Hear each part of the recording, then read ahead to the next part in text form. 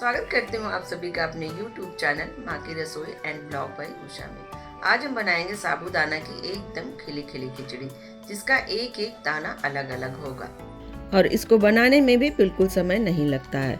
सिर्फ 5 से 7 मिनट में ये बनकर तैयार हो जाती है।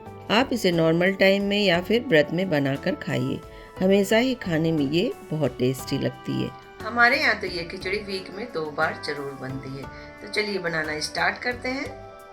आप सब यही सोच रहे होंगे साबूदाना खिचड़ी बनाना कौन सी बड़ी बात है, लेकिन इस वीडियो में हमने जो आपको 3 से 4 ट्रिक बताई है वो आपके बहुत काम आने वाली है। आप सबने बहुत बार साबूदाना खिचड़ी बनाकर खाई होगी, लेकिन एक बार मेरे बनाए हुए तरीके से बनाकर देखिए, आपकी भी खिचड़ी एकदम खिली खिली बनकर तैयार होगी। तो साबूदाना खिचड़ी बनाने के लिए सबसे पहले हमें चाहिए साबूदाना। देखिए साबूदाना 3 तरह का आता है। एक तो एकदम छोटे छोटे साइज के आते हैं, जिससे हम लोग खीर वगैरह बनाते हैं, जो कि उसका साइज सरसों के दाने के बराबर होता है।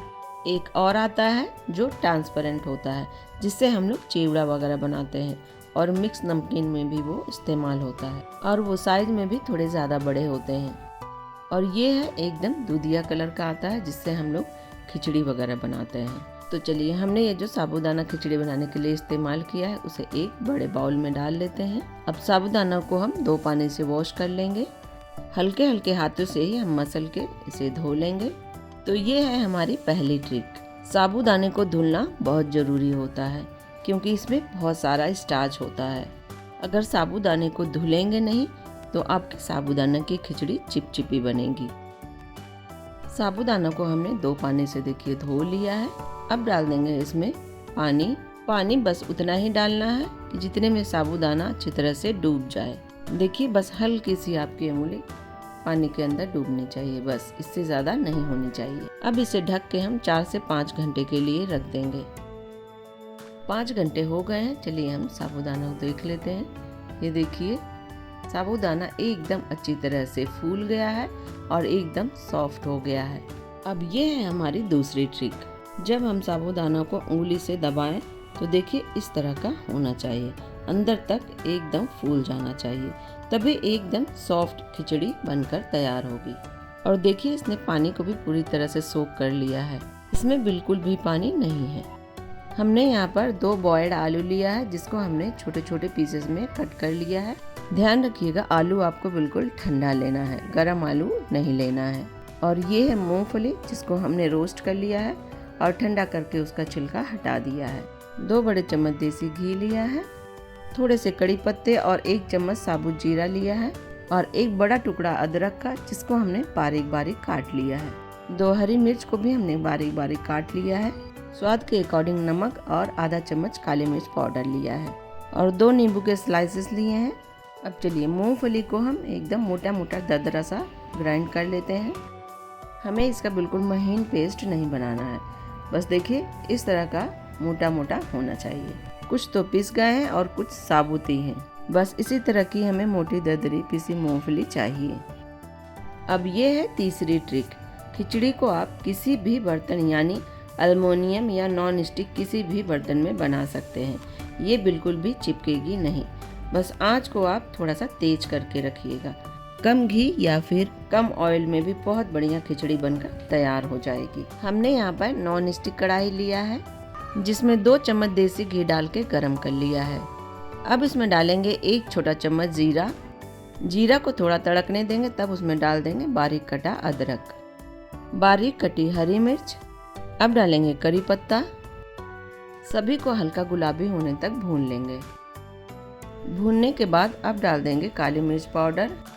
अब बॉयल्ड आलू डाल के हम सुनहरा कलर आने तक आलूओं को हम भूनेंगे। 1 से 2 मिनट तक हमें इसी तरह से आलू को भून लेना है, ताकि आलूओं के ऊपर हल्का सा सुनहरा कलर आ जाए। ऐसा करने से आलूओं में अच्छा सा सभी चीज़ों का फ्लेवर आ जाएगा और आलू खाने में भी बहुत टेस्टी लगते हैं। देखिए आलूओं के ऊपर हल्का सा गोल्डन कलर आने लगा है। बस अब ये अच्छी तरह से भून चुके हैं। अब यहाँ पर साबूदाना को एक बड़े मिक्सिंग बाउल में ट्रांसफ़र कर लेते हैं। इसके बाद साबूदाने में ग्राइंड की हुई मूंगफली डाल के अच्छे से मिक्स करेंगे। ऐसे करने से आपकी साबूदाना की खिचड़ी एकदम खिली खिली बनकर तैयार होगी। ये बिल्कुल भी नहीं चिपकेगी। अब ये है चौथी ट्रिक। आप इसमें मूंगफली बहुत ज़्यादा ना डालें। अगर ज़्यादा डालेंगे तो उसका कलर भी ख़राब लगेगा और टेस्ट भी ज़्यादा अच्छा नहीं लगेगा। और इसमें ज़्यादा ऑयल या फिर घी ना डालें, उससे भी साबूदाने की खिचड़ी का टेस्ट ज़्यादा अच्छा नहीं आता है। मूंगफली को साबूदाना में मिक्स करने के बाद अब हम इसे कढ़ाई में डाल देंगे। स्वाद के अकॉर्डिंग नमक डाल देंगे और मिक्स करते हुए 2 से 3 मिनट तक और पका लेंगे। वैसे तो साबूदाने को 2 घंटे भिगो कर भी खिचड़ी बना सकते हैं, लेकिन अगर आपको साबूदाना की खिचड़ी एकदम सॉफ्ट बनानी है तो इसका अच्छे से फूलना बहुत ज़रूरी है। लास्ट में इसमें हम नींबू का रस निचोड़ देंगे। जितना खट्टा आपको पसंद है उस हिसाब से आप इसमें नींबू का रस डाल सकते हैं।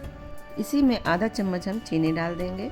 मुझे तो इसमें हल्का सा खट्टा मीठा टेस्ट अच्छा लगता है, और अगर आपको पसंद हो तो आप डालिए, नहीं तो इसको स्किप भी कर सकते हैं। इसके बाद अब लास्ट में इसे हम 30 सेकंड के लिए इसी तरह से ढक देंगे। 30 सेकंड हो चुके हैं। देखिए एकदम खिली खिली साबूदाने की खिचड़ी बनकर तैयार हो गई है। आप साबूदाने की खिचड़ी को व्रत में भी बना के खा सकते हैं। ये बहुत ज़्यादा टेस्टी लगती है और साबूदाना बहुत ज़्यादा हेल्दी भी होता है।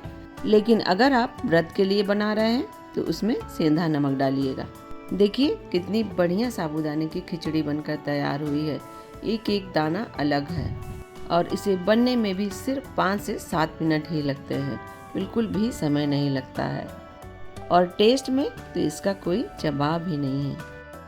अब ऊपर से थोड़ा बारीक कटा हरा धनिया डाल देंगे। तो अब आप भी इसी तरह से साबूदाने की खिचड़ी फटाफट से बनाकर सुबह शाम नाश्ते में एंजॉय कर सकते हैं। चलिए अब गर्मा गर्म खिचड़ी को सर्व कर लेते हैं एक प्लेट में।